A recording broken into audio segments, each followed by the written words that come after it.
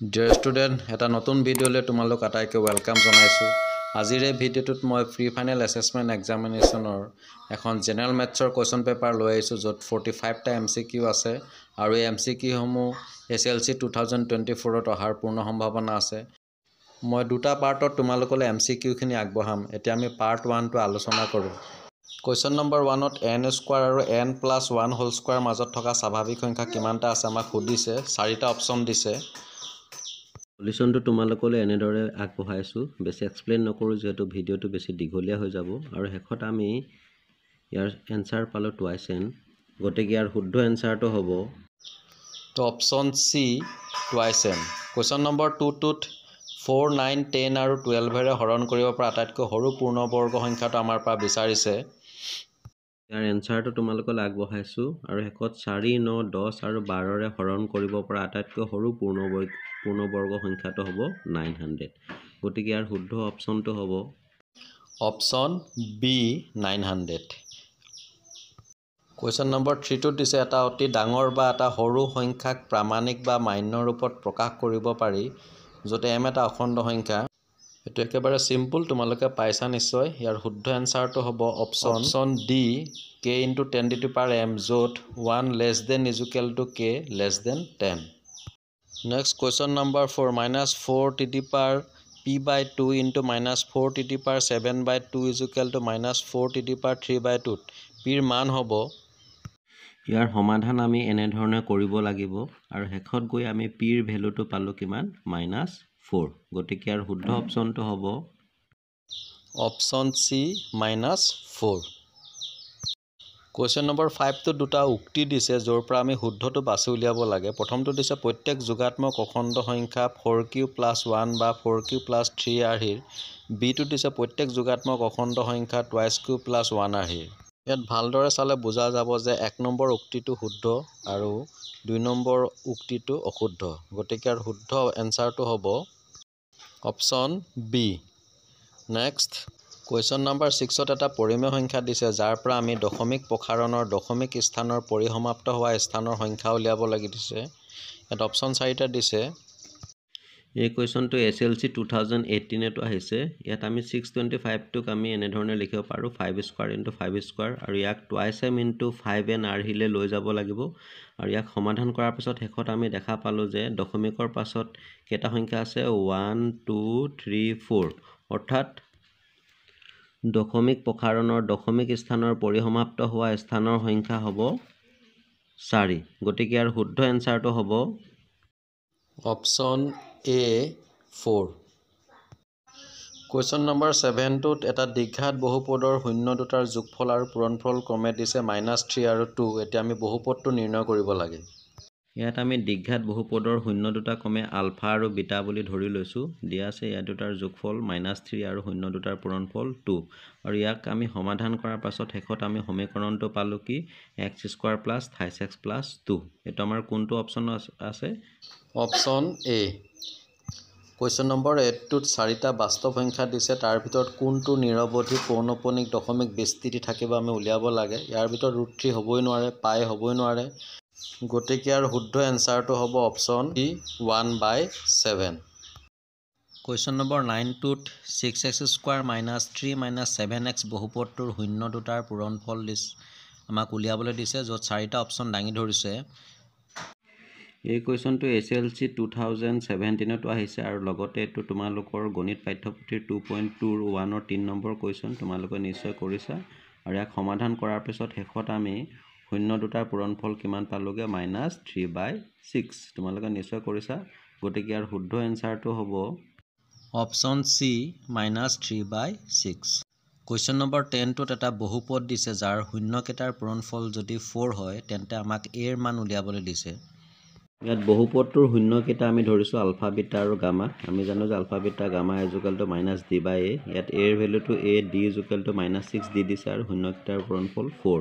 আৰু ইয়াক আমি সমাধান কৰাৰ পিছত শেষত এৰ ভেলুটো পালোঁ 3/2। গতিকে ইয়াৰ শুদ্ধ অপশ্যনটো হ'ব অপশ্যন বি, 3/2। কুৱেশ্যন নম্বৰ 11টোত 4টা সমীকৰণ দিছে, তাৰ পৰা আমি বহুপদটো নিৰ্ণয় কৰিব লাগে। আমি ভালদৰে চালে দেখা পাম যে option C, x² + 5x + 6/(x x + 2 এটা বহুপদ গতিকে ইয়াৰ শুদ্ধ এনসাৰটো হ'ব অপচন সি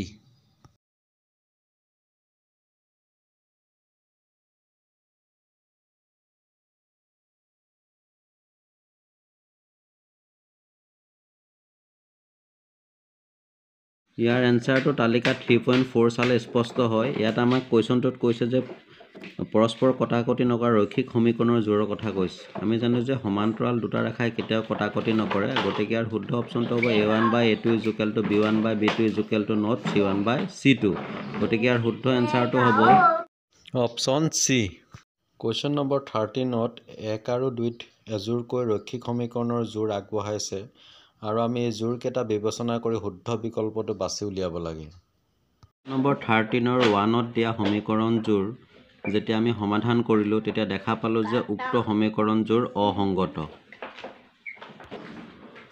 আৰু 2 নম্বৰত দিয়া সমীকৰণ জোৰ সমাধান কৰাৰ শেষত আমি দেখা পালো যে উক্ত সমীকৰণ জোৰ সংগত আৰু অদ্বিতীয় সমাধানযুক্ত এতিয়া আমি অপচনসমূহ চালে দেখা পাইছো যে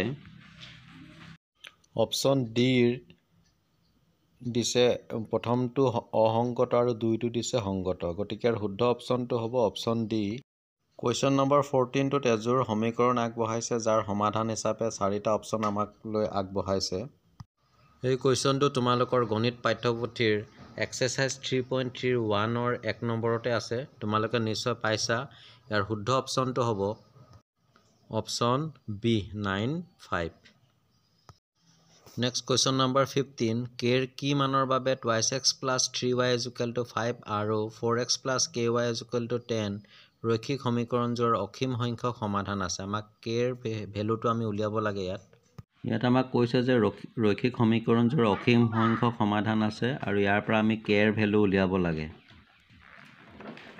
আৰু ইয়াক আমি এনেদৰে সমাধান কৰাৰ অন্তত k ৰ ভ্যালুটো পালোগে k = 6 গতিকে ইয়াৰ শুদ্ধ অপচনটো হ'ব Option B k = 6 Question number 16ত ax² + bx + c = 0 দ্বিঘাত সমীকৰণটোৰ মূলবোৰ আমালৈ আগবঢ়াইছে আৰু ইয়াক আমি শুদ্ধ উত্তৰৰ সৈতে তুলনা কৰিবলৈ দিছে আমি এই পইণ্টকেইটা চালে ইয়াৰ এনসাৰটো আমাৰ ক্লিয়াৰ হৈ যাব তোমালোকে ভালকে চাই ল'বা ইয়াতে ধুনীয়াকৈ লিখা আছে গতিকে ইয়াৰ শুদ্ধ অপচনটো হ'ব অপচন ডি Question number 17ত আমাক 4টা সমীকৰণ দিছে তাৰ ভিতৰত কোনটো দ্বিঘাত সমীকৰণ নহয় আমি চিনাক্ত কৰিব লাগে আমি দেখা পাইছো যে অপচন ডি টোত x ৰ সৰ্বোচ্চ ঘাত 3 আছে তাৰ মানে এটা ত্ৰিঘাত সমীকৰণ গতিকে এটো দ্বিঘাত সমীকৰণ নহয় গতিকে অপচন ডি হ'ব ইয়াৰ শুদ্ধ এনসাৰ Question number 18ত আমাক x² - 10x + k = 0 সমীকৰণটোৰ এটা মূল 8 হলে k ৰ মান নিৰ্ণয় কৰিবলৈ দিছে ইয়াতে সমীকৰণটোৰ এটা মূল দিছে আমাক 8 গতিকে x ৰ জায়গাত 8 আমি বহুৱাই দিলো আৰু হেকত আমি k ৰ ভ্যালুটো পালো কিমান 16 গতিকে ইয়াৰ শুদ্ধ অপচনটো হ'ব অপচন এ 16 Question number 19ত 2 7 12 সমান্তৰ প্ৰগতিটোৰ 10তম পদটো আমি নিৰ্ণয় কৰিব লাগে এই কোৱেশ্চনটো আমি এনে ধৰণে সমাধান কৰিব পাৰো একেবাৰে সিম্পল তোমালোকে কৰিছা আৰু হেকত আমি সমান্তৰ প্ৰগতিটোৰ 10তম পদটো পালো কিমান a10 = 47 গতিকে ইয়াৰ শুদ্ধ অপচনটো হ'ব অপচন বি 47 Question number 20ত যদি x + 1 28x আৰু 4x + 2 সমান্তৰ প্ৰগতিত থাকে তেন্তে আমি x ৰ মান উলিয়াব লাগে ইয়াত আমাক given x + 1 28x and 4x + 2 are in AP অৰ্থাৎ arithmetic progress সমান্তৰ প্ৰগতিত আছে আৰু ইয়াত আমি এনে d টো এনে ধৰণে লিখিব পাৰো যেটো সাধাৰণ অন্তৰ আৰু হেকত আমি x ৰ ভ্যালুটো পালো কিমান 3 গতিকে অপচন ডি 3 হ'ব ইয়াৰ শুদ্ধ এনসাৰ Question number 21ত 7 13 19 205 সমান্তৰ প্ৰগতিটোৰ মুঠ পদসংখ্যা আমাক নিৰ্ণয় কৰিব লাগে ইয়াত 4টা অপচন দি দিছে এই কোৱেশ্চনটো তোমালোকৰ পাঠ্যপুথিৰ এক্সাৰসাইজ 5.2 ৰ 5 ৰ 1 নম্বৰ কোৱেশ্চন এটো SSLC 2017 টো আহিছে তোমালোকে পাইছা নিশ্চয় একেবাৰে সিম্পল ইয়াৰ শুদ্ধ এনসাৰটো হ'ব অপচন সি 34 Question number 22ত a b c d left সাইডৰ হৈতে ৰাইট সাইডত 1 2 3 4 এনেকৈ 4টা দিছে যিকেইটা আমি তুলনা কৰিব লাগে অৰ্থাৎ মেটচিং কৰিব লাগে। ইয়াত আমি ভালদৰে চালে দেখা পাইছোঁ যে এইটো -x আৰু y এইটো দ্বিতীয় চুকত আছে আৰু -x -y এইটো তৃতীয় চুকত আছে আৰু লগতে এইটো x বিন্দুৰ স্থানাংক হ'ব x0 আৰু y বিন্দুৰ স্থানাংক হ'ব 0y।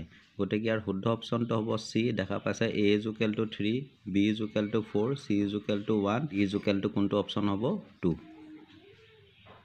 গতিকে অপশ্যন ডি হ'ব ইয়াৰ শুদ্ধ এনচাৰ। কুৱেশ্যন নম্বৰ 23ত -57 আৰু -13 বিন্দু দুটাৰ মাজৰ দূৰত্ব নিৰ্ণয় কৰিবলৈ দিছে। এই কুৱেশ্যনটো তোমালোকৰ পাঠ্যপুথিৰ এক্সাৰচাইজ 7.1-ৰ 2 নম্বৰ কুৱেশ্যন তোমালোকে পাইছা নিশ্চয়। আৰু ইয়াৰ শুদ্ধ অপশ্যনটো হ'ব অপশ্যন চি 4√2।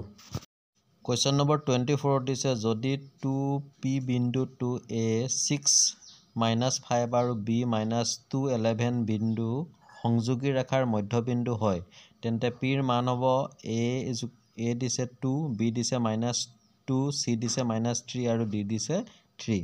এই কুৱেশ্যনটোৰ এনচাৰটো আমি এনেধৰণে সমাধান কৰিব পাৰোঁ আৰু শেষত p ৰ ভেলুটো পালোঁ কিমান 3। তোমালোকে ভালদৰে চালে বুজি পাবা আৰু বুজি নাপালে মোলৈ কমেণ্ট কৰিবা। গতিকে অপশ্যন ডি হ'ব ইয়াৰ শুদ্ধ এনচাৰ। নেক্সট কুৱেশ্যন নম্বৰ 25ত 3, 6 আৰু 11 -3 বিন্দু সংযোগী ৰেখাক x অক্ষই ভাগ কৰা অনুপাতটো হ'ব। এই কুৱেশ্যনটোৰ সমাধান আমি এনেধৰণে কৰিব পাৰোঁ।